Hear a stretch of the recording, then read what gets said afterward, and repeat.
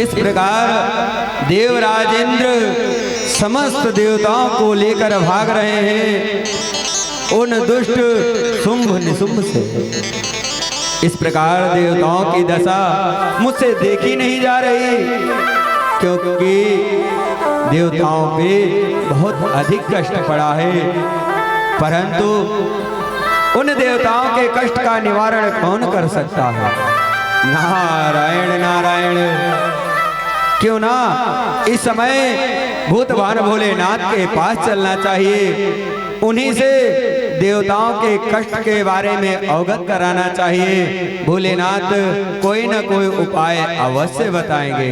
नारायण नारायण। आ रहा हूँ भोलेनाथ, आ रहा हूँ। नारायण नारायण नारायण बोलो, नारायण नारायण नारायण। ओम नमः शिवाय बोलो, ओम नमः शिवाय।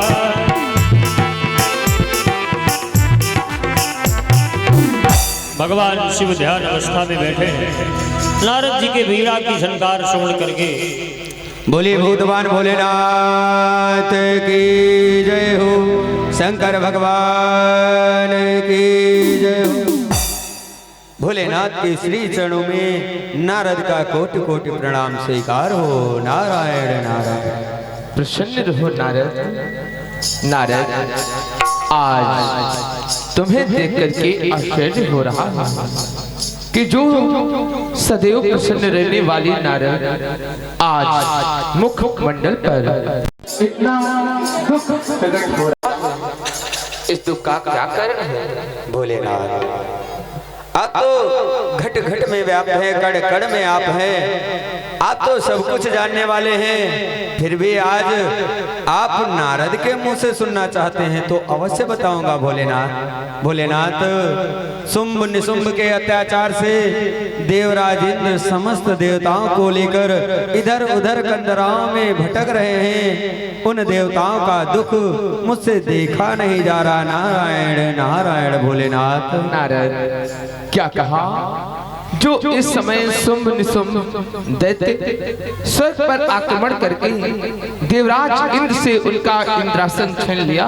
हाँ भोलेनाथ। देवता जो इस समय स्वर्ग से भाग रहे हैं, उनका दुख तुम्हें देखा नहीं जा रहा है। हाँ भोलेनाथ। नारद, जब देवता और दैत्यों में शांति होती है, हाँ, फिर भी तो तुम्हें देखा नहीं जाता है। नारायण नारायण। भोलेनाथ, वो बातें जाने दीजिए और आप बताइए, हे भोलेनाथ, उन देवताओं का कष्ट किस प्रकार दूर होगा?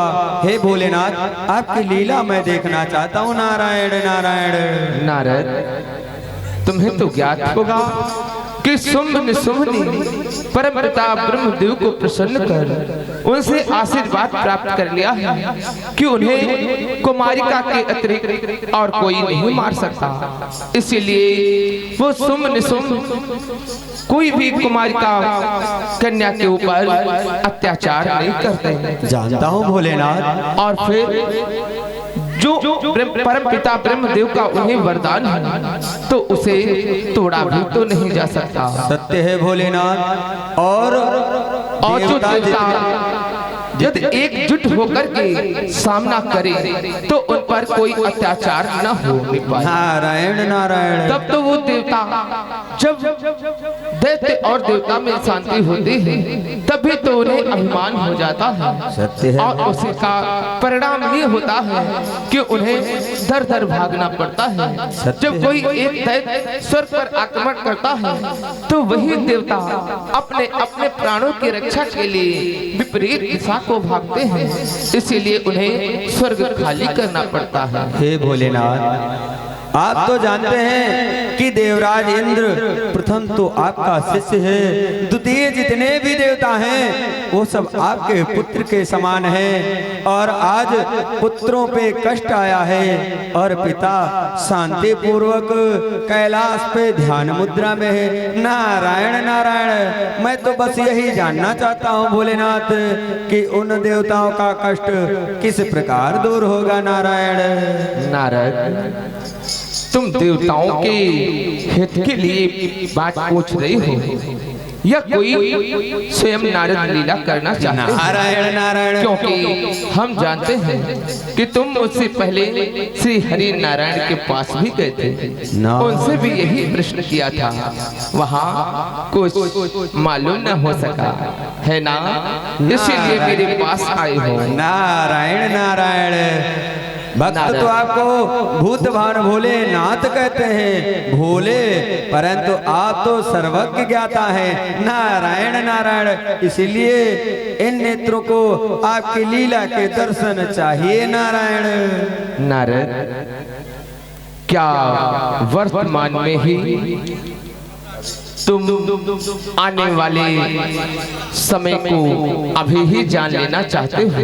नारायण नारायण। भोलेनाथ, मैं भविष्य के बारे में नहीं जानना चाहता, बस मैं इतना जानना चाहता हूँ भोलेनाथ कि उन देवताओं का कष्ट किस प्रकार दूर होगा। नारायण। नारद, जो देवताओं जो जैसा कार्य करते हैं उन्हें वैसा ही फल मिलता है, और जो इस समय वो स्वर्ग छोड़ के भाग रहे हैं, तो तुम्हारा यही कार्य है कि जाओ देवताओं को समझाओ, जब तक शुंभ निशुंभ को मृत्यु न प्राप्त हो तब तक वो कंदराओं के बाहर मत आए और वहीं छिपे रहे। और जो शुंभ निशुंभ ने परम पिता ब्रह्मदेव को प्रसन्न कर उनसे आशीर्वाद प्राप्त किया है, वो काटा तो नहीं जा सकता है। जैसे हरि की इच्छा होगी वैसा ही होगा। इस समय तुम्हारा यही कार्य है कि देवताओं को छिपने के लिए कहो। नारायण नारायण। जो आज्ञा भोलेनाथ, आपकी आज्ञा सिरोधार्य। नारायण नारायण। प्रणाम भोलेनाथ। अब मैं चल रहा हूँ। नारायण नारायण। शंभुनाथ से निराला, भोलेनाथ से निराला दूजा और नहीं। भोलेनाथ से निराला। भोलेनाथ देवादिदेव महादेव है। देवताओं की रक्षा के लिए भोलेनाथ ने विचार किया कि मुझे कुछ करना होगा। मां पार्वती भगवान भोलेनाथ की नित्य ही पूजा किया करती हैं।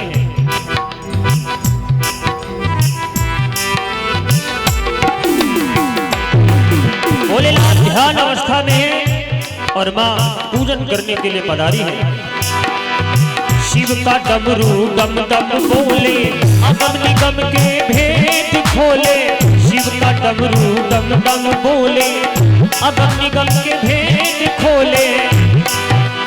हाँ, ऐसा डमरू बजाने वाला कोई और नहीं। ऐसा डमरू बजाने वाला और नहीं। भोलेनाथ से निराला दूजा और नहीं।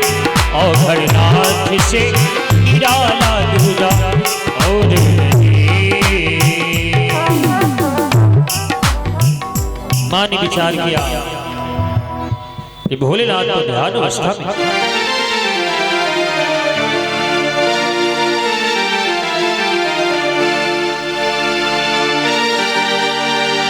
शिव शंकर को जिसने पूजा उसका ही उद्धार हुआ।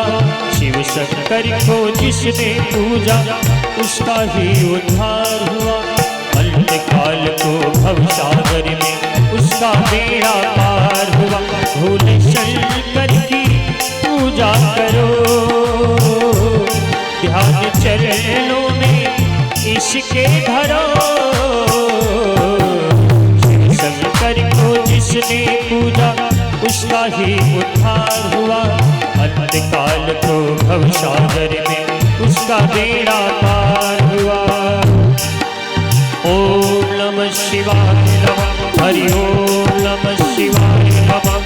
ओम नमः शिवाय नमः। हरि ओम नमः शिवाय नमः। आज मैं तुम्हारे पूजन से प्रसन्न हुआ। देवी, आज मैं क्या देख रहा हूँ कि आज बड़े ही प्रसन्न दिख रही हूँ। इस प्रसन्नता का क्या कारण है? देवी, क्या जो मैं सोच रहा हूँ क्या तुम वही सोच रही हो? स्वामी, मुझे भी ऐसा ही प्रतीत हो रहा है कि जो मैं सोच रही हूँ वही आप भी सोच रहे हो। देवी, तो तुम इस समय पुत्र कार्तिकेय के पास जाना चाहती हो, क्योंकि मैं तो इस समय यही सोच रहा हूँ कि मैं अपने पुत्र कार्तिकेय के पास जाऊं और उसे निहारूं। काफी दिन हो चुके हैं, मैंने उसे देखा नहीं है। स्वामी, पुत्र के पास तो मैं हर अमावस्या को जाती हूँ, इसलिए मैं चाहती हूँ कि आप मेरे साथ काशी के लिए चलें। देवी, ये क्या कह रही हो? आनंद कानन काशी के लिए? अरे जरा विचार करो, तुम तो हर अमावस्या को अपने पुत्र कार्तिकेय के पास जाया करते हो, लेकिन मुझे काफी समय व्यतीत हो गया है, मैं अपने पुत्र से नहीं मिला हूँ। इसलिए मैं तो इस समय अपने पुत्र कार्तिकेय के पास जाने के लिए सोच रहा था। स्वामी, कृपा करके मेरा कहना मानिए, हमारे साथ इस समय आप आनंद कानन काशी के लिए ही चलिए, क्योंकि मैंने आपको प्रथम ही अवगत कराया है कि मैं अवश्य ही जाती रहती हूँ, पुत्र से मिल ही आती हूँ, इसलिए मैं चाहती हूँ कि हमारे साथ आप काशी के लिए चलिए। देवी, हठ न करो, आज तुम्हें मेरे साथ पुत्र कार्तिकेय के पास चलना होगा। आनंद कानन काशी के लिए फिर चलूंगा। नहीं स्वामी, आपको हमारे साथ काशी के लिए चलना होगा। ठीक है देवी, हम जानते हैं कि तुम बड़ी ही हठीली हो। जब तक मुझे आनंद कानन काशी के लिए चलने के लिए तैयार नहीं करोगी, तब तक तुम नहीं मानोगी। चलो, हम आनंद कानन काशी के लिए चलें।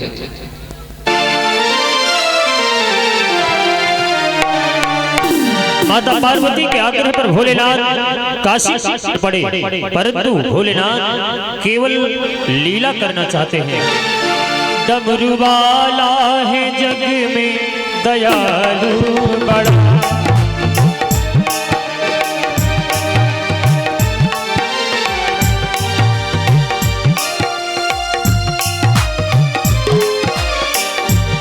डमरू वाला है जग में दयालु बड़ा, दीन दुखियों का दाता जगत का पिता। डमरू वाला है जग में दयालु बड़ा, दीन दुखियों का दाता जगत का पिता। कितना मार्ग में बड़ा सुंदर वन दिख रहा है, कितना मनमोहक दृश्य है। पृथ्वी लोक पर ये देखिए कितना सुंदर वन है। स्वामी देवी, मैं चाहती हूँ कि आप काशी के लिए बाद में चलिए, पहले यहाँ पर विहार करिए। देवी क्या कह रही हो? स्वामी, पहले तो मुझे मेरे पुत्र कार्तिकेय के पास नहीं जाने दिया और मुझे आनंद कानन काशी के लिए चलने पर विवश किया, और जब मैं काशी के लिए चल रहा हूँ तो कह रही हूँ कि पृथ्वी लोक पर तो सुंदर हरियाली है, सुंदर उपवन है, वहाँ विहार करने के लिए सोच रही हूँ। नहीं नहीं देवी, ये स्थान तुम्हारे योग्य नहीं है, ये तो पृथ्वी के जो निवासी हैं उनके लिए स्थान है। स्वामी कितना सुंदर है, जरा देखो ये भंवरे क्या कह रहे हैं, जरा इसकी सुगंध देखिए।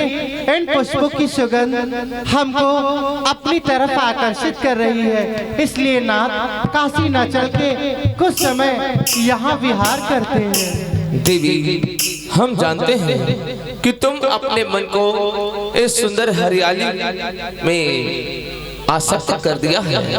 देवी तो मानने वाली नहीं है। ठीक है, जैसा चाहोगी वैसा ही होगा। आइए।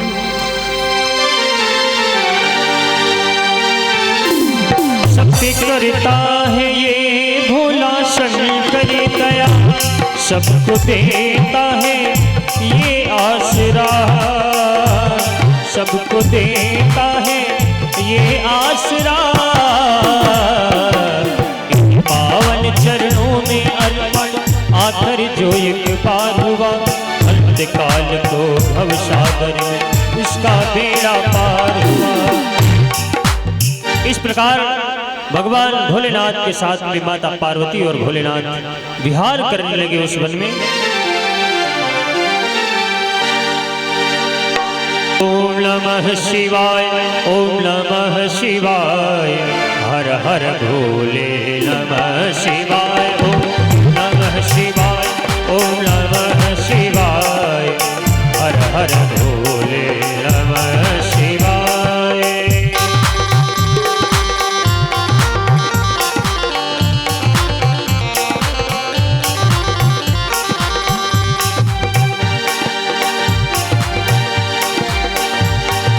सोमेश्वराय शिव सोमेश्वराय, हर हर भोले नमः शिवाय।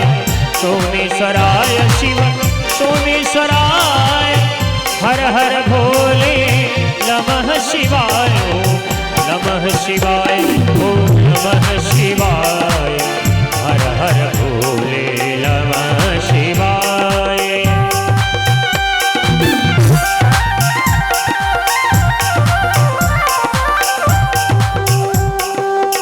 जटाधराय शिव जटाधराय,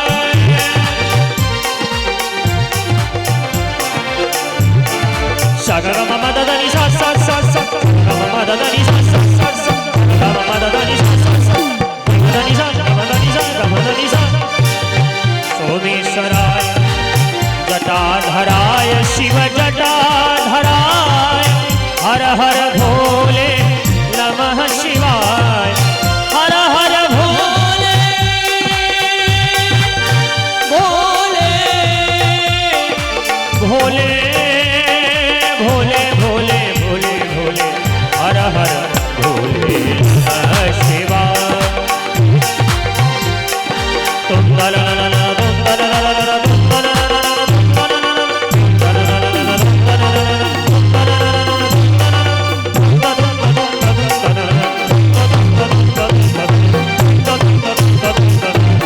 नमः शिवाय, ओम नमः शिवाय। नृत्य करते करते भगवान शिव के हस्त से माता का चरण स्पर्श हो गया। ये क्या देवी पार्वती, जो मुझे मेरे पुत्र के पास नहीं जाने दिया, आनंद कानन काशी पर जाने पर विवश किया और सुंदर हरियाली देखी तो अपने मन को इस हरियाली की ओर आसक्त किया। और जब मैं विहार करने के लिए तैयार हुआ तो इतना अभिमान कि आज अपने नारी धर्म की मर्यादा को ही नष्ट किया, अपना चरण हमारे हस्त पे रख दिया। ठीक है, जो इनको अभिमान हुआ है उसे तो नष्ट करना ही होगा। भगवान भोलेनाथ ने उसी समय अपना चमत्कार दिखाया और भगवान भोलेनाथ अंतर ध्यान हो गए। भोलेनाथ को अपने पास ना पाकर माता पार्वती व्याकुल हो उठी। आप कहाँ चले गए स्वामी, आप कहाँ चले? जटाधराय शिव जटाधराय, हर हर भोले नमः शिवाय।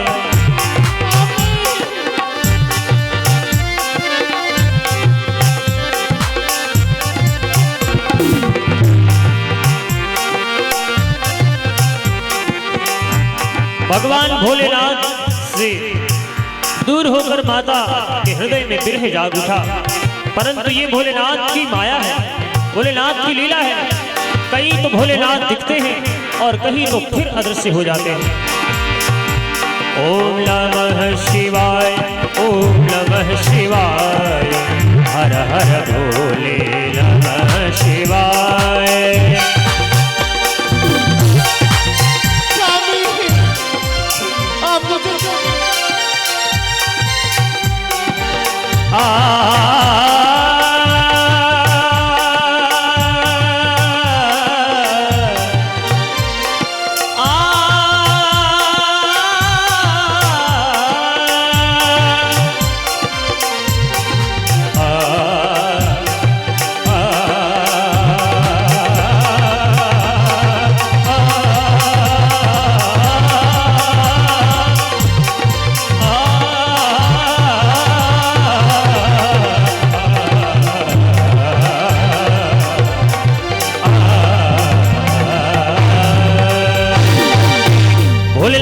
अपनी शक्ति से माता का स्वरूप कालिमा की तरह कर दिया। आप मुझे छोड़कर कहाँ चले गए थे स्वामी? देवी पार्वती, अरे मैं कहाँ चला गया था? मैं तो इसी वन में था और तुम अपने नृत्य में इतनी विभोर हो गई कि तुमने मुझे देखा ही नहीं। मैं कब से यहीं पे तो खड़ा हूँ। नहीं नहीं, आप यहाँ कहाँ थे? मैंने आपको हर तरफ निहारा था, परंतु आप यहाँ नहीं थे। क्या तुम मुझे ढूंढ रही थी? हाँ, लेकिन मैं तो तुम्हारे सामने ही था, तुमने मुझे देखा ही नहीं। आप मेरे सामने थे? हाँ, मैंने नहीं देखा। तुमने देखा ही नहीं। मैं कब से तुम्हारी ओर आ रहा हूँ। तुम इस वन में दौड़ी दौड़ी घूम रही हो, मैं कब से तुम्हारा पीछा कर रहा हूँ, तुम्हें पुकार रहा हूँ, तुमने मेरे पुकार ही नहीं सुनी। देवी अब चिंता ना करो, चलो हम आनंद कानन काशी के लिए चल रहे थे। नहीं नहीं, मुझे अब काशी नहीं जाना। चलिए अब कैलाश के लिए चलिए। क्या कहा? कैलाश? हाँ देवी, पहले तो जिद करके आनंद कानन काशी के लिए चल रही थी और इस हरियाली में विहार करने के लिए मुझसे कहा था और अब कैलाश वापस चलने के लिए कह रही हूँ। हाँ स्वामी। ये कैसे तुम्हारी हट है? स्वामी कृपा करके, पता नहीं क्यों मुझे अच्छा नहीं लग रहा है, इसलिए आप कैलाश के लिए ही चलिए। ठीक है, आइए।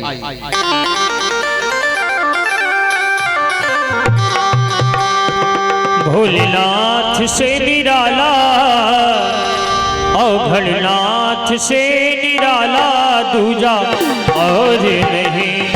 भोलेनाथ से निराला दूजा। देवी अब हम अपने कैलाश पर आ चुके हैं। भगवान भोलेनाथ ठहरो देवी।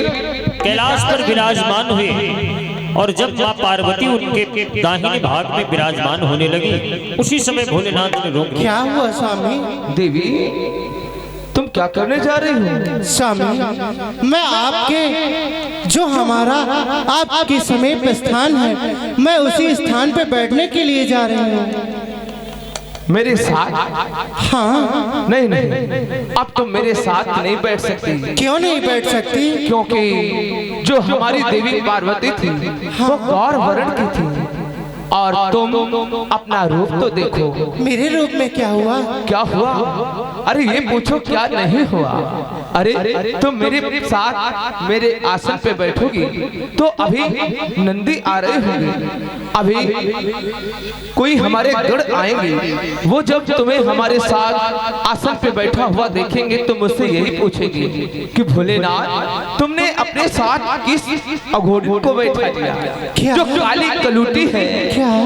हाँ मैं काली कलूटी हूँ? अरे अपने रूप को तो देखिए। अरे भोलेनाथ जी कैसी बात कर रहे हो? कैसी बात कर रहे हो? कैसे बात कर रहे हो? आपकी घोरी हूँ मैं। अरे देवी अपना रूप तो देखिए।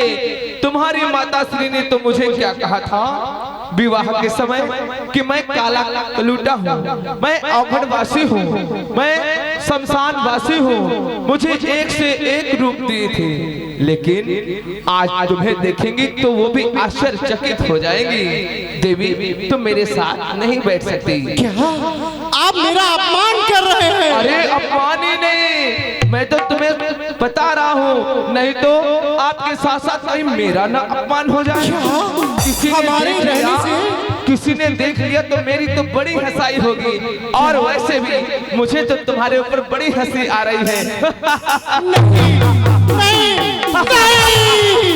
जहाँ पर हमारा अपमान होगा, यदि आप कह रहे हो कि हमारे आपके साथ बैठने से आपका अपमान हो जाएगा, तो मैं उस स्थान पर रहूंगी नहीं।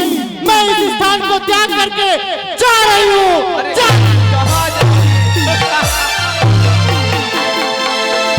भोलेनाथ ने अपनी माया से माता पार्वती को क्रोध दिला दिया। वाह नारद, जो तुम जानना चाहते थे, लेकिन वर्तमान में भविष्य नहीं जान सकते, लेकिन जो तुम्हारा दुख था कि देवताओं पर दुख चल रहा है वो कैसे निवारण होगा, मानो अब लीला प्रारंभ हो गई है।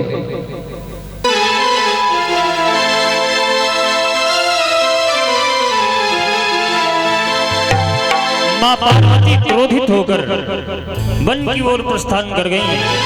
ये क्या भोलेनाथ, आज आपने हमारा अपमान किया है, और अपमान इसलिए किया है कि मेरा श्याम वर्ण का शरीर हो गया है। हाँ, मैं तपस्या करूंगी और उस तपस्या के बल से मैं वरदान प्राप्त कर मैं उसी गौर वर्ण में पुनः आ जाऊंगी। मैं ब्रह्मदेव की तपस्या करूंगी। और इस प्रकार मां पार्वती विधाता ब्रह्मा की तपस्या में संलग्न हो गई।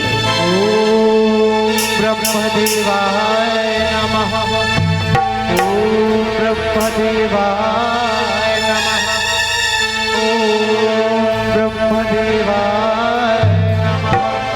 ओम ब्रह्मदेवाय नमः।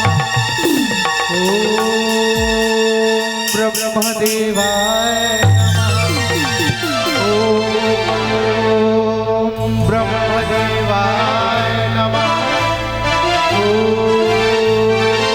ब्रह्मदेवाय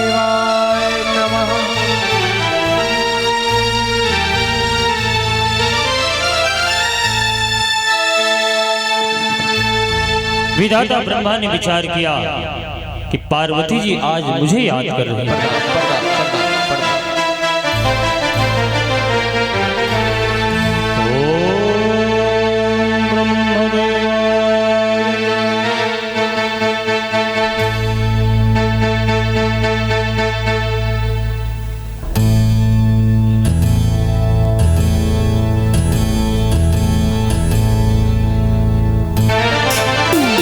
इधर माता तो ब्रह्मदेव की उपासना में लगी है और इधर सभी गण भगवान भोलेनाथ से पूछ रहे हैं। नंदी पधार रहे और पूछ रहे हैं कि माँ कहाँ है।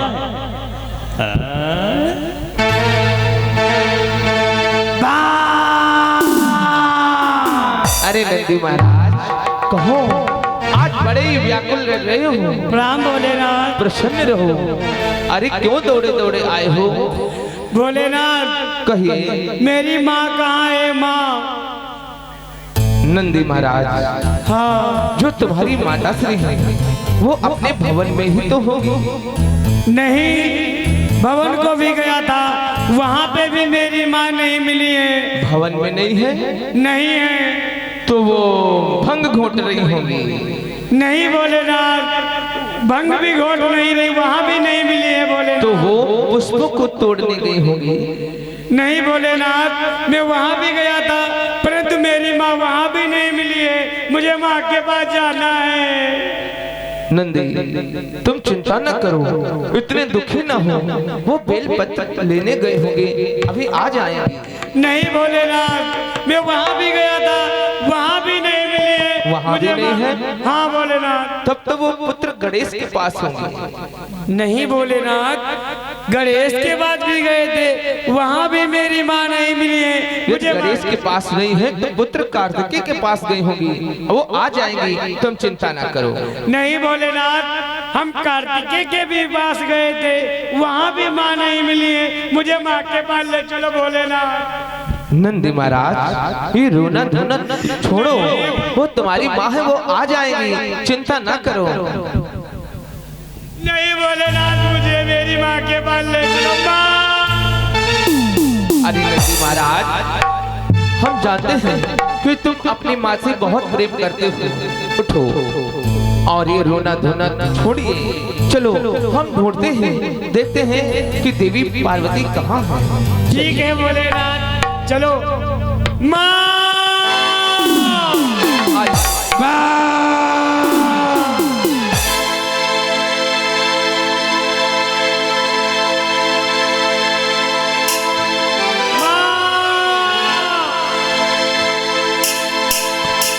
दरबार हजारों देखे पर माँ के जैसा कोई दरबार नहीं।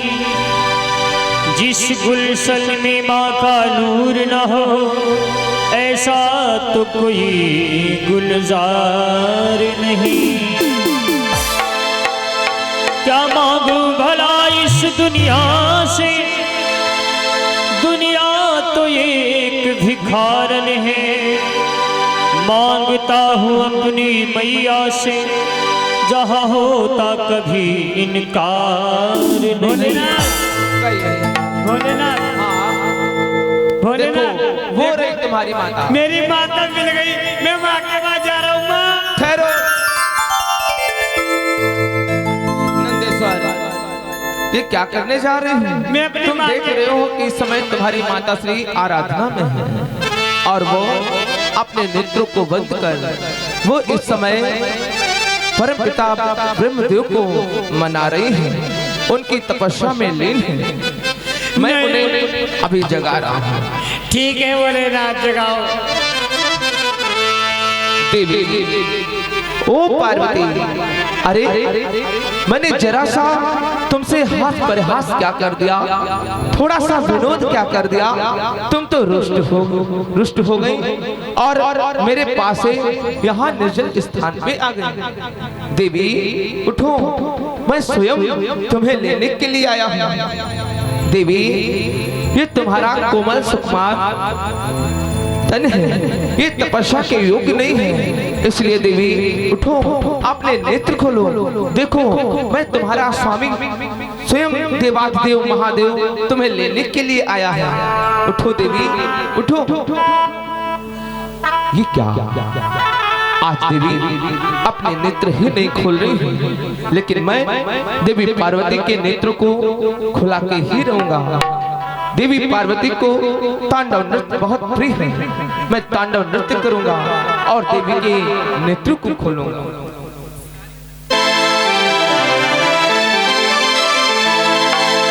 ओम नमः शिवाय, ओम नमः शिवाय, हर हर भोले नमः शिवाय। ओम नमः शिवाय, ओम नमः शिवाय, हर हर भोले नमः शिवाय।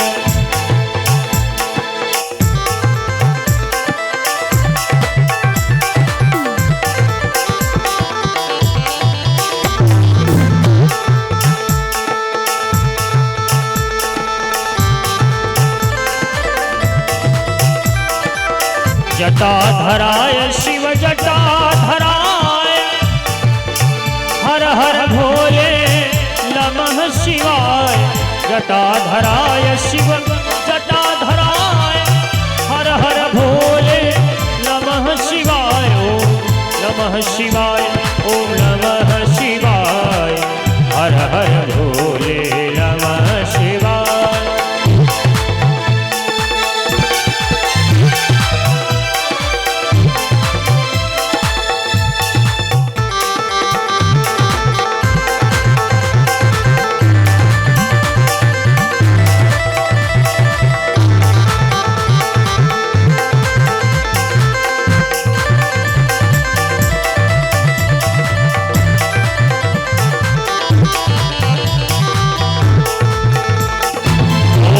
शिवाय बोलो, ओम नमः शिवाय, ओम नमः शिवाय बोलो, ओम नमः शिवाय, ओम नमः शिवाय बोलो, ओम नमः शिवाय।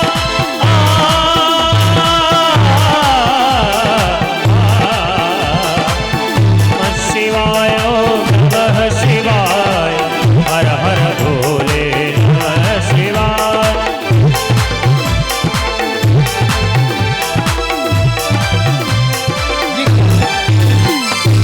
वास्तव में देवी पार्वती इस समय परमपिता ब्रह्मदेव की आराधना में लीन है, तो अपने नेत्र नहीं खोलेंगी।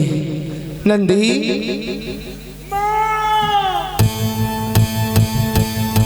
ओ नंदी महाराज, कहिए भोलेनाथ। इस समय तुम देख रहे हो कि तुम्हारी माता से वो तपस्या कर रही है हाँ और विवश करके उनके नेत्र नहीं खुलाने चाहिए, नहीं तो वो क्रोधित हो जाएंगे। आओ हम कैलाश को चलते हैं। नहीं भोलेनाथ, मैं अपनी माँ को छोड़ के नहीं जाऊंगा। मैं अपनी माँ के पास जा रहा हूँ। माँ ठहरो, ऐसा नहीं कर सकते, नहीं तो तुम्हारी माता के नेत्र खुलेंगे, तुमको अपने पास देखेंगे तो तुमसे रुष्ट हो गए तो। हाँ चलो हम कैलाश के लिए चलते हैं। परंतु भोलेनाथ, अरे माता श्री तुम्हारी आ जाएंगी। परंतु मैं चल तो रहा हूँ, हाँ। परंतु मैं माँ के बिना रह नहीं पाऊंगा। मैं जाना नहीं चाहता हूँ। अरे तुम्हारी माता श्री आ जाएंगी, चलो। ठीक है भोलेनाथ।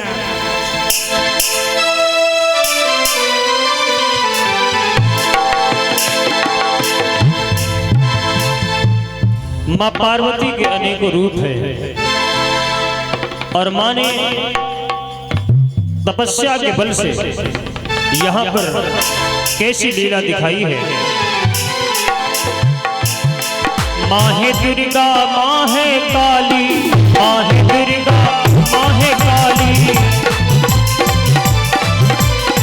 सबकी झोली भरने वाली, सबकी झोली भरने वाली, सच्चा है माँ का दरबार, मैया का जवाब नहीं।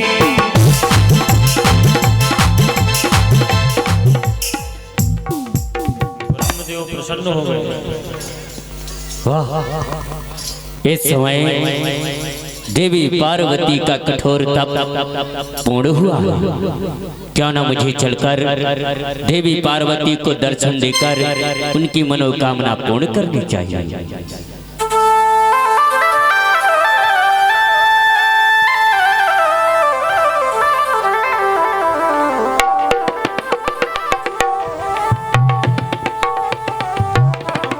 देवी नेत्र खोलो, देवी नेत्र खोलो। देवी मैं आपके तप से अत्यंत ही प्रसन्न हूँ, कोई वरदान मांग लो। प्रणाम देवी।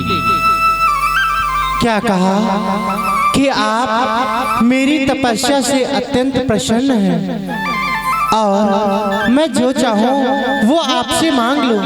अवश्य। यदि आप मुझे देना ही चाहते हो तो मुझे मेरा गौरवर्ण पुनः प्रदान करें।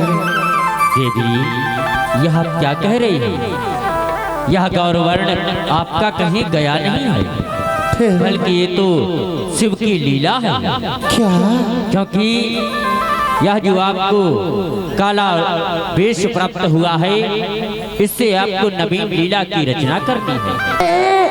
क्योंकि आपके इसी रूप से देवी कौशिकी का प्राकट्य होना है, जिससे निशाचरों का विनाश होगा और देवी कौशिकी की उत्पत्ति के पश्चात आपका गौरवर्ण आपको पुनः प्राप्त हो जाएगा। जो आज्ञा। अब आप अपनी लीला विस्तारित कीजिए, मैं चल रहा हूँ। प्रणाम ब्रह्मदेव। प्रणाम देवी।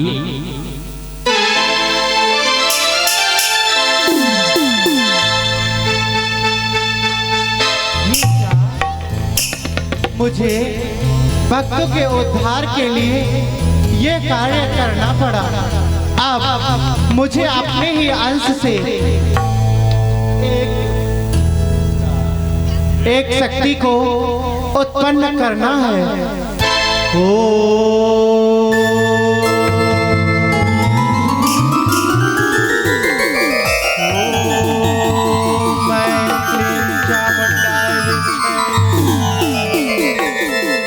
बोल आज शक्ति दुर्गा मैया की। माता पार्वती ने अपने तप के प्रभाव से देवी कौशिकी को जन्म दिया। सदा ही सुखी रहो पुत्री कौशिकी। माँ, मैं सब कुछ जानती हूँ कि आपने मुझे किस लिए प्रकट किया। पुत्री, यदि तुम्हें सब कुछ पता है तो मैं तुमसे ये कहना चाहती हूँ कि चलिए इस समय हमारे साथ चलिए। नहीं माता श्री, मेरे जो भी आगे के कार्य हैं, मैं चाहती हूँ वो कार्य यहीं से ही पूर्ण करूँ। क्या तुम ये कार्य यहीं से पूर्ण करना चाहती हो तो ठीक है, तुम यहीं रहो। तुम्हारे लिए मैं एक यहीं पर सुंदर भवन का निर्माण कर दूंगी, यहाँ पर ही तुम रहो। ठीक है।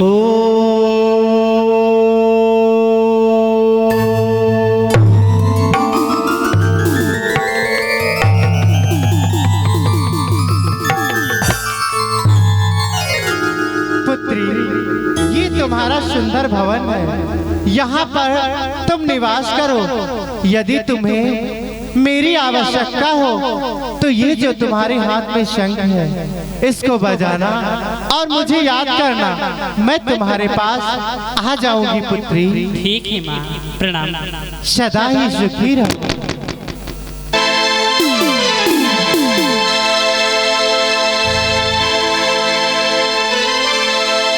ऊंचे पर्वत भवन निराला, भवन में देखो शिखर विशाला। ऊंचे पर्वत भवन निराला, भवन में देखो शिखर विशाला। शेर पे मैया ने सवाल, मैया का जवाब नहीं, बड़ा प्यारा है माँ का दरबार, मैया का जवाब नहीं। आपने मुझे उदास किया था, आपने मुझे अपमानित किया था, और जिस वर्ण के कारण आपने मुझे अपमानित किया था वो मैं त्याग करके गौर वर्ण प्राप्त करके आपके पास आ रही हूँ।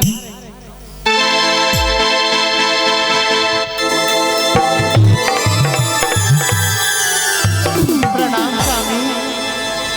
देखिए, मुझे गौर वर्ण पुनः प्राप्त हो गया है। देवी, तुम नाटक तो रूठने का करती हो, लेकिन तुम तो कोई लीला करना चाहती थी, है ना? स्वामी, ये तो मेरा धर्म है। यदि पुत्र पर कोई आपत्ति आती है तो मुझे ही वो कार्य करना होगा। ओ, तो देवताओं का दुख देखा नहीं गया और लीला करने में लग गई और मुझसे रूठने का नाटक किया, है ना? हाँ स्वामी। तो अपनी पुत्री को कहाँ छोड़ आई हो स्वामी? कैलाश में क्यों नहीं ले आई?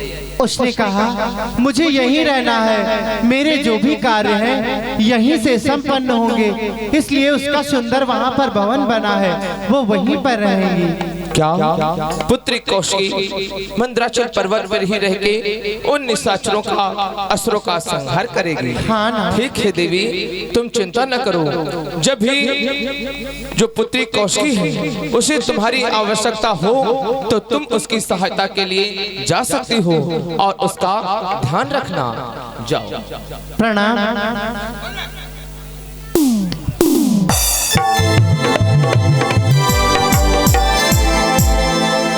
नारायण नारायण नारायण। ये क्या? जो नारद को देवताओं का दुख देखा नहीं जा रहा था और तो मैंने उन्हें देवताओं को शांत करने के लिए, एकांत रहने के लिए कहा था, तो अब तो आगे की लीला प्रारंभ हो गई है, तो क्यों ना नारद को बुलाना चाहिए। नारायण नारायण नारायण हो, नारायण नारायण।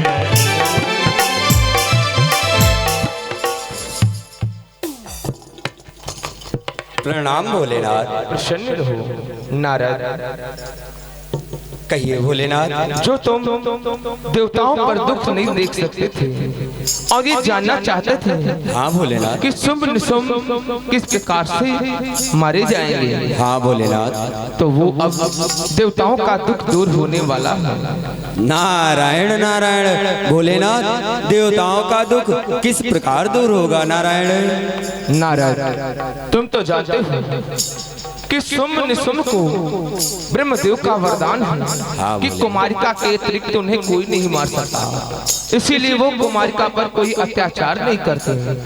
और जो कुमारिका शुंभ निशुंभ को मारेगी वो गौरी पुत्री कौशिकी इस समय मंद्राचल पर्वत पर है। जय हो। इसलिए तुम जाओ और शुंभ शुंभ निशुंभ को इस प्रकार से बहकाओ कि वो पुत्री कौशिकी पर आसक्त हो जाए और उसे पाने की इच्छा जगाएं। जब वो ऐसा करेंगी तो वो पुत्री कौशिकी पर अत्याचार करेंगी, तभी शुंभ निशुंभ का वध होगा। नारायण नारायण।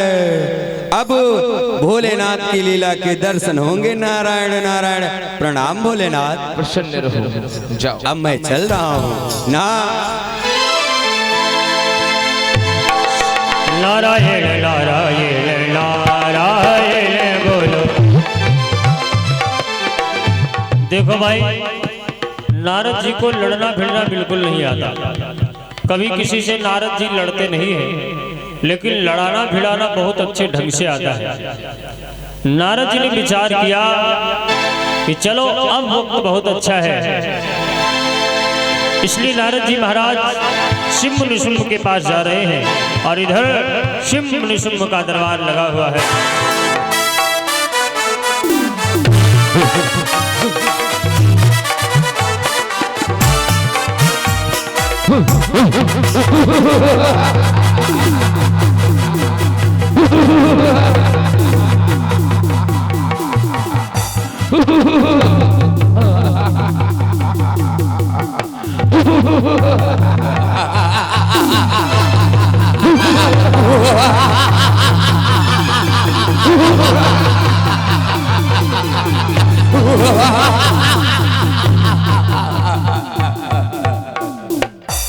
बोलिए महाराज शुंभ निशुंभ की जय हो।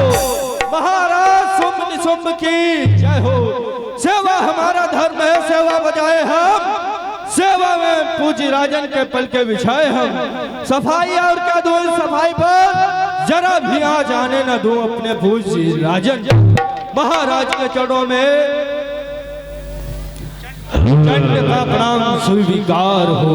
कल्याण हो तुम्हारा चंड।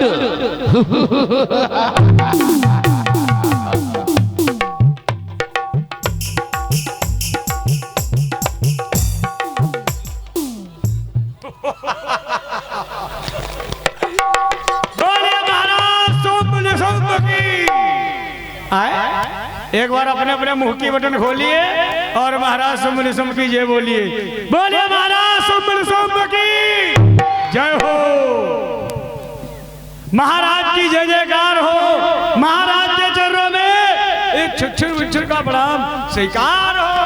प्रसन्न हो छुच्छुर यथा स्थान विराजमान हो जाओ।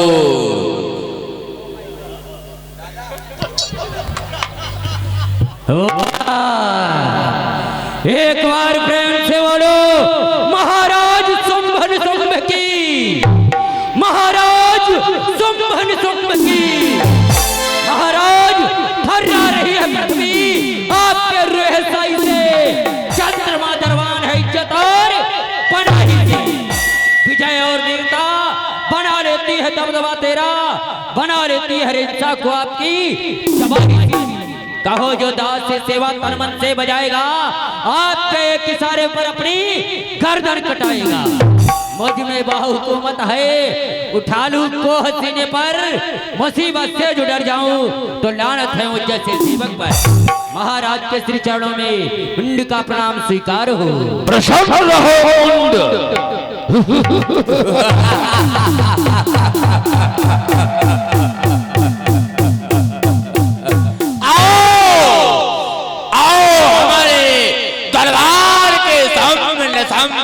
तो आओ, ये धरती और वह आकाश मौन है। हम ही हैं जगत के नारायण, बड़ा हमसे बढ़कर कौन है? यह रचना समस्त मन ही से है। वह है सूर्य चंद्र साक्षी मेरा और मुझे मन ही से है।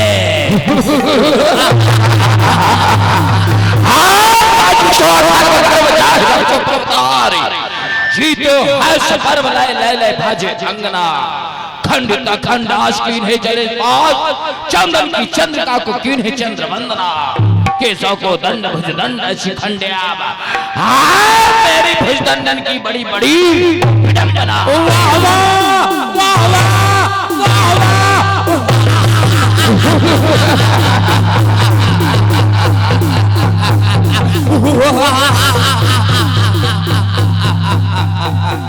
वह सागर वह हिमालय और सागर मेरी ही कीड़ा के निकेतन है। वह घड़ी और वह आकाश सलाम मानता है मेरा ही सागर है। वह नारायण ओए ओए वह नारायण अरे चरण रख नहीं सकता हमारे घर में, सोता है सदा हमारे ही भैंसे में सागर में।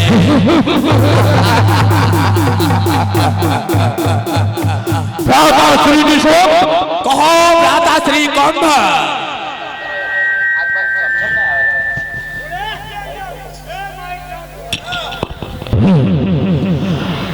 निशोम कहो भ्राता श्री।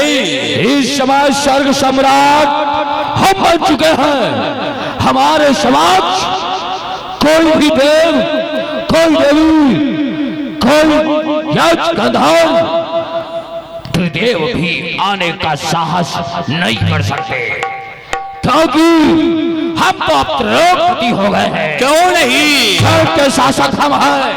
हमारे समाज त्रिदेव भी सर उठाने का साहस नहीं कर सकते। हम त्रिभुवन जितेंद्री हैं। क्यों नहीं? अमर हो चुके हैं। अवश्य ऐसा कोई वीर नहीं त्रिलोक में है आज तक जन्मा नहीं जो आकर साहस दिखलाए और हम भाइयों के ऊपर कोई विजय पाने की चाह है। भाई हम दोनों भाइयों से बलवान यह जग में ना दिखे कोई। ऐसो ये छायो हमारी भाई को वह सुरपति घबरावे, सुरपति घबरावे, गति छोड़ छोड़ भागे। ऐसो डरे हम दोनों भाई को पश्चिम लेता और उत्तर को दक्षिण लेता, पृथ्वी आकाश सिंधु माराता। भाई को राजाओं के राजा महाराजाओं के महाराजा ऐसो याद छायो हम दोनों भाई को।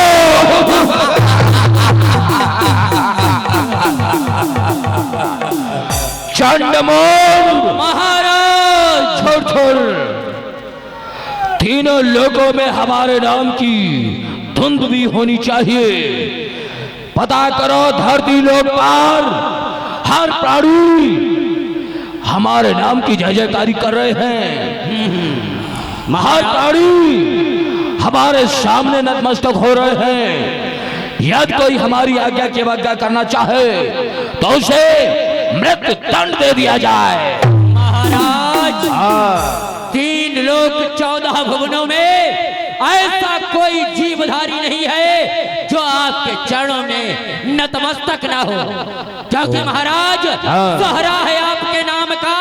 सारे जहान में वीरों के छक्के छूटते हैं महाराज आपके नाम।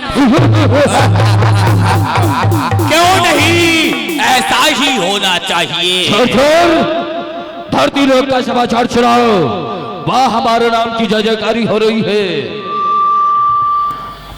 हाँ महाराज, पृथ्वी लोक पर भी आपके नाम से समस्त प्राणी कंपायमान होते हैं। चंडमुंड महाराज बताओ क्या देवताओं का कहीं पता चला इस समय कहाँ छुपे हुए हैं? महाराज देवता तो इस प्रकार स्वर्ग छोड़कर भागे, ना जाने उन्हें पृथ्वी निगल गई है या आसमान अपने में समाहित कर लिया। पता नहीं कहाँ अदृश्य होकर वो गीताड़ छिप गए हैं। बस एक ही शक्ति उनके पास है, अदृश्य होने की शक्ति। यदि उनके पास न होती तो आज उन्हें भी हम अपने चरणों का दास बना लेते।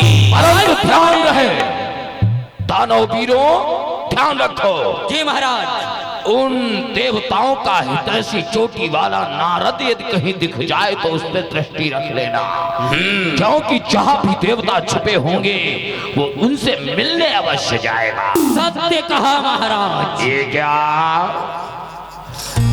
ये आवाज कैसी आ रही है? जाओ पता करो कौन आया है। आज महाराज सुम्म निसुम्म के दरबार में चोटी वाला। चंड मुंड बैठ जाओ, झुरझुर मुझुर जाएगा द्वार पर।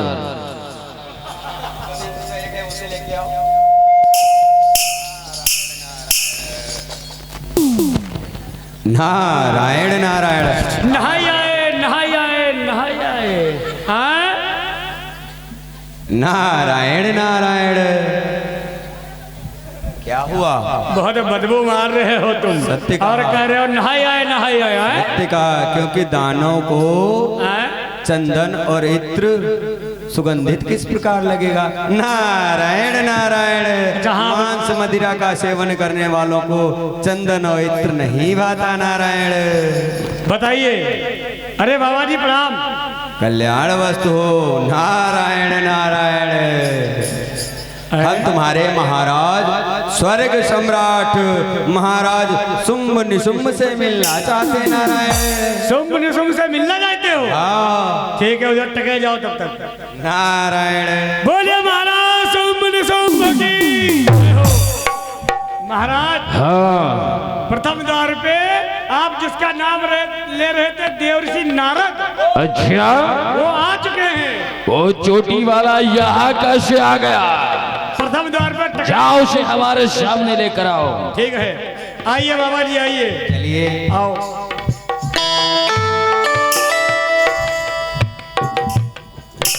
वाह, ओह, आश्चर्य में पड़ गया है। चोटी वाले, नारायण नारायण। इस समय हमारे स्वर्ग में आ गए, क्या तुम्हें अपने प्राणों का भय नहीं रहा? नारायण नारायण। जो स्वयं तीनों लोकों के स्वामी महापराक्रमी महाबलशाली के सम्मुख जाए, उससे भी किसी को प्राणों का भय? नारायण। चोटी वाले, तुम्हारे वाक्य हमें अच्छे लगे। नारायण नारायण। परंतु आप इस स्वर्ग में विराजमान हैं, ऐसा प्रतीत हो रहा है इस स्वर्ग की सुंदरता आपसे ही बढ़ गई है। नारायण नारायण। सत्य कहा, ऐसा ही है। भैया निशुंभ, कहो भैया कुंभ। ये चोटी वाला आज हम लोगों की प्रशंसा क्यों कर रहा है? नारायण नारायण। वैसे इस स्वर्ग में मैं देख रहा हूँ कि सभी सुख यहाँ पर है, परंतु नारायण एक महान बलशाली पराक्रमी तीनों लोकों के स्वामी के पास एक वस्तु की कमी है। नारायण। कौन सी कमी है हमारे पास? नारायण नारायण। अर्धांगिनी की कमी है।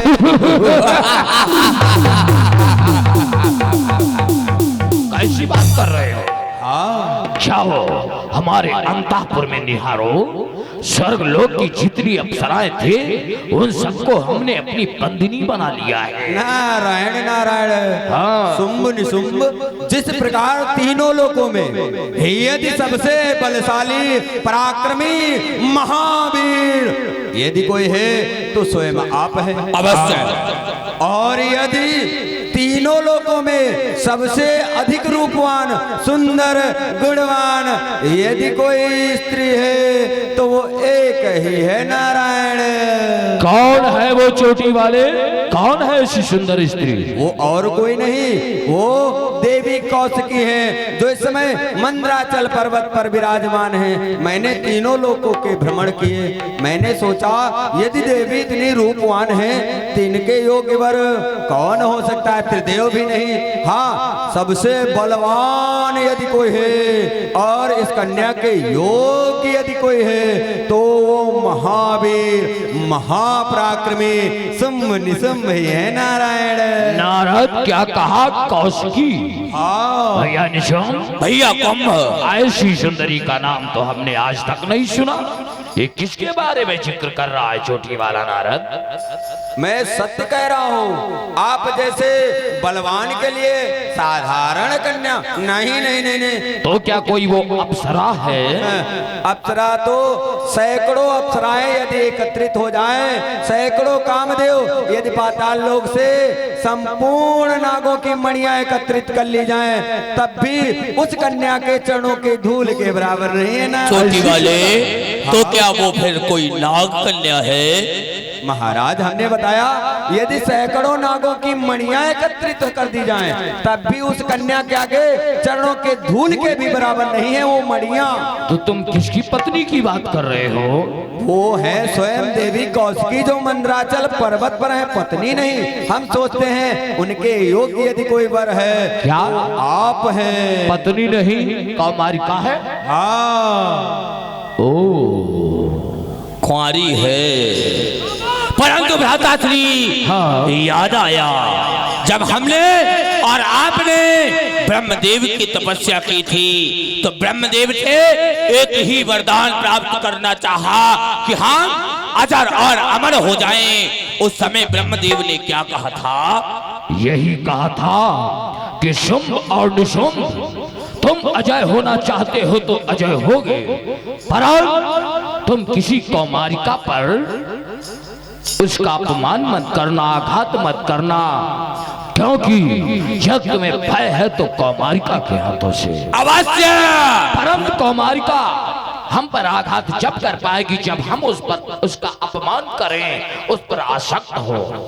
नारद, हाँ महाराज। जो तुमने हमें अभी उस कौमारिका के बारे में बताया वो व्यर्थ है। हम कौमारिका पर दृष्टि नहीं डालते। नारायण नारायण, सबसे बलवान पराक्रमी आप थे। आपके योग्य इस तीनों लोकों में यदि कोई कन्या थी तो वो थी। इसलिए मैंने सोचा आप जैसे बलवान के साथ कोई साधारण कन्या तो रुकने वाली नहीं, इसलिए आप जैसी ही होनी चाहिए। अब आप भयभीत हैं तो नारायण।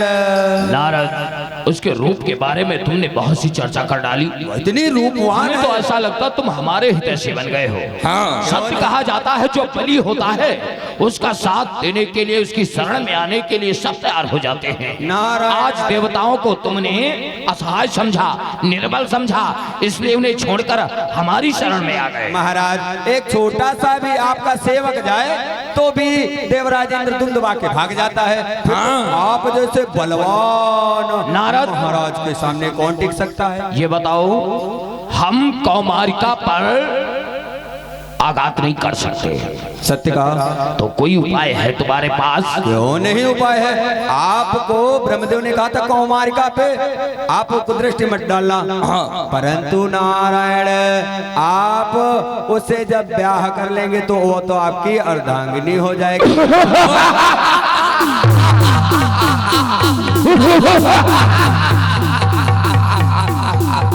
हमने तो इस पर विचार ही नहीं किया। अवश्य नाराज, सत्य वचन है तेरे। चल कर आघात करो और उससे विवाह कर लो। हमारा ऐश्वर्य देखकर वो स्वयं हमें पति मान लेगी। अवश्य मान लेगी भ्राता श्री, पत्नी बन जाएगी। जो इस नारद को एक कमी हमारे स्वर्ग में दिखाई दे रही है वह कमी भी पूर्ण हो जाएगी। नारद, तो कैसी दिखती है हमारी योग्य है ना? उसके सम्मुख यदि हजारों सूर्य आ जाएं तो भी धूमिल लगते नारायण। ठीक है नारद, इस समय तुमने उसका नाम बताकर हमें बहुत प्रसन्न कर दिया, इसलिए इस समय तुम्हें मृत्यु दंड नहीं दूंगा। जाओ विचरण करो और हमारे विवाह के समय अवश्य जाओ। क्यों नहीं नारायण नारायण, हम मैं चल रहा।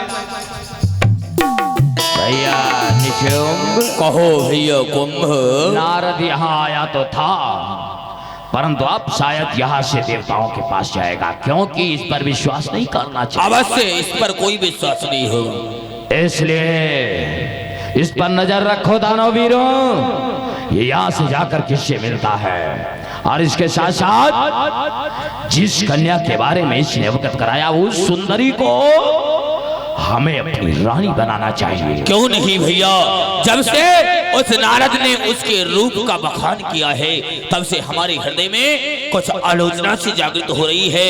अभी तक हम अविवाहित हैं, परंतु भ्राता अब हम विवाहित हो जाएंगे। महामंत्री चंडमुंड, तुम लोग जाओ मंदराचल पर उस सुंदरी के पास जाओ और उससे कहो कि वो त्रैलोकपति त्रिभुवन सम्राट शुंभ निशुंभ को अपना पति माने और मेरी शरण में आए। जो आज्ञा आकर उसी में उसका भाग्य है, उसी में उसका संसार है। उसको जिस प्रकार से नारद ने हमें उसके बारे में समझाया, तुमको हम दोनों भाइयों के बारे में उसे समझाना है और उसे प्रेरित करके विवश करके हमारे पास लाना है ताकि हमारा वर्ण करे आकर।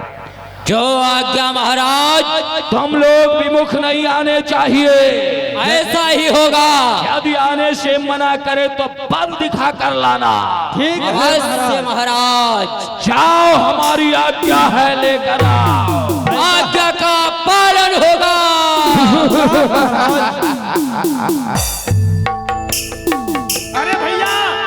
अरे भैया चंड, इधर आओ भैया मुंड। ये है हमारे चंड मुंड और हम है चुन्नू मुन्नू। कहो क्या बात है? चलो कहाँ चलना है? इस समय हमें मंदराचल चलना है। चलो चलते हैं कुछ गाते बजाते हुए। आइए।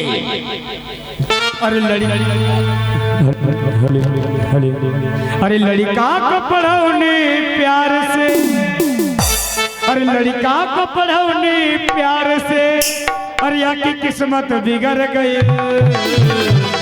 ए भैया चंड, अरे लड़का को पढ़ौने प्यार से, अरे या की किस्मत बिगड़ गई। और लड़का रहा लए और रानी निकल गई।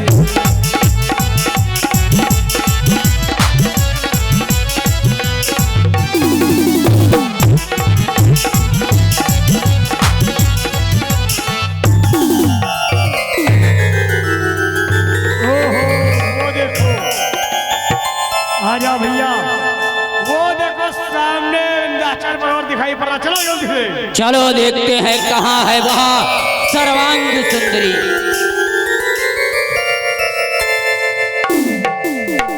ओ माय गॉड, ए भैया चंड, वाह वाह वाह। ए भैया चंड, क्या हुआ? पीछे देखो, पीछे देखो, पीछे। वाह, भैया कितनी यही है वो सर्वांग सुंदरी। बड़ी वास्तव में नारद ने इसकी जितनी प्रशंसा की थी वह कम है। और भैया चंड, हाँ, अरे देखा है पहली बार, अरे देखा है पहली बार साइकिल पे हाथी सवार। अरे भैया मौन हो जाओ। भैया चंड, ये हमारी महारानी बनने जा रही है। भैया चंड, हाँ, वैसे कितनी खूबसूरत लग रही है। वो तो सत्य है। अगर इनके साथ ये कहीं हमारा हो जाए तो? मूर्ख हो गया क्या? अरे विवाह इन्हें हम महाराज के लिए लेने आए हैं। महाराज के लिए? हाँ। चलो पहलो। ए सर्वांग सुंदरी, तुम कौन हो? हमारे भवनों में क्या कर रहे हो? हम तीनों लोगों के स्वामी महाराज शुंभ निशुंभ के सबसे प्रिय मंत्री चंड मुंड हैं। हाँ। इस समय हम तुम्हें स्वर्ग के समस्त सुख प्रदान करने के लिए स्वर्ग लोक ले जाने के लिए आए हैं, क्योंकि हमारे महाराज शुंभ निशुंभ का आदेश है कि तुम हमारे साथ चलो और महाराज शुंभ निशुंभ का वरण करो। दुष्टो, क्या तुम्हारे महाराज कायर थे जो यहाँ नहीं आए और तुम्हें यहाँ भेज दिया? सर्वांग सुंदरी, हमारे महाराज छोटे छोटे कार्यों के लिए स्वयं नहीं जाते, क्योंकि यह कार्य करने के लिए उनके यहाँ सेवक ही सक्षम हैं। यदि तुम दोनों अपनी सलामती चाहती हो तो यहाँ से चले जाओ, अन्यथा जीवित नहीं बचोगे। वाह वाह वाह, भय दिखा रही है। हम अपनी सलामती चाहे यहाँ से वापस चले जाए। मैं तुम्हें समझा रहा हूँ, हमारे महाराज की आज्ञा का पालन करो, हमारे साथ चलो, अन्यथा तुम्हारे केस पकड़कर घसीटते हुए लेकर जाएंगे। जा रहे हो या नहीं? चलो। मुझे लग रही है तुम्हारी मृत्यु तुम्हारे निकट आ गई है, इसीलिए तुम ये बोल रहे हो। चलो भैया। भ्राता श्री चंड, हाँ भैया। यह इस प्रकार से नहीं मानेगी, इसे अपना बल दिखाना ही होगा। खाना ही होगा। चलो क्यों ना, आप मुझे आज भवानी को प्रकट करना चाहिए। चलो उठा लो, बालों को पकड़ के खींचते हुए ले चलो। सावधान।